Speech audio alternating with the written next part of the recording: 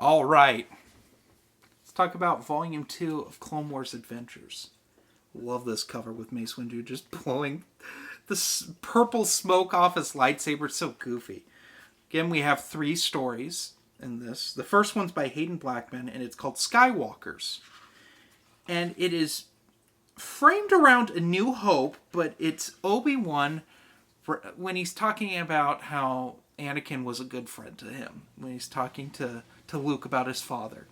And it's talking about Anakin and Obi-Wan trying to take these separatist bases in the sky of this planet. And it's pretty much it. But the framing device and how it ends, I will not spoil how it ends, makes this a really impactful read. Highly, highly recommend it.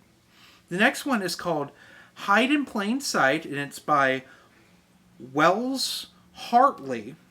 And this is a Luminara Unduli and Barriss Offee story, which they were characters in the first season of Genndy Tartakovsky's Clone Wars, and this is how they should act. Because Barriss is Anakin's age, she's not Ahsoka's age. That never made sense to me watching TCW. But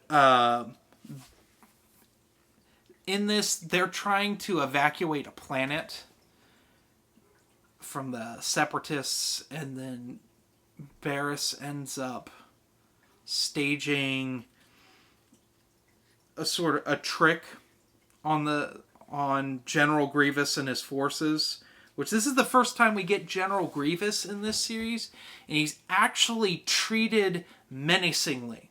For an all-ages comic, they do not treat him like they do in TCW, where he's just blatantly a coward and useless. He's scary in this.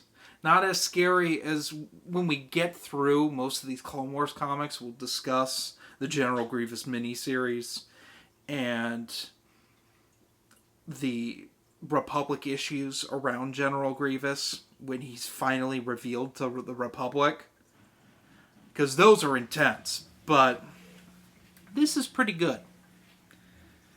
Moving on, we have our last story called Run Mace Run, which is by the Philibuck brothers. In this, Mace Windu is trying to stop a separatist super weapon, and he's listening to Yoda's teachings in his mind. That's pretty much it. Anyway, what did I think of this? Great. Really great. If I had to pick a weakest story, it's the Luminara Barriss story. It's good, but the other 2 stories that bookend it, especially the first one, are a lot better quality. But I still give this a solid 4.1 out of 5. It's well worth your time to check out. We're going to move on to the 3rd volume here.